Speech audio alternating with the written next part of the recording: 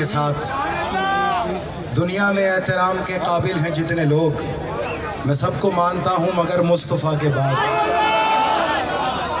कत्ले हुसैन तो असल में मर्गे यजीद है, इस्लाम जिंदा हो गया बस करबला के बाद।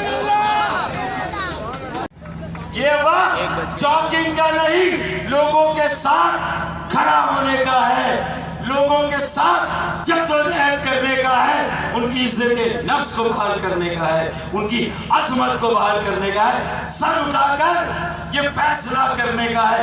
ये सलाम मिलता है कराची को, 4,000 अरब का टैक्स देते हैं, कितना मिलता है? 40 अरब मिलता है। देते कितना है? कराची का मेयर, कराची का डिप्टी मेयर, कराची के डीएमसी के चेयरमैन, वह चेयरमैन दो होने चाहिए।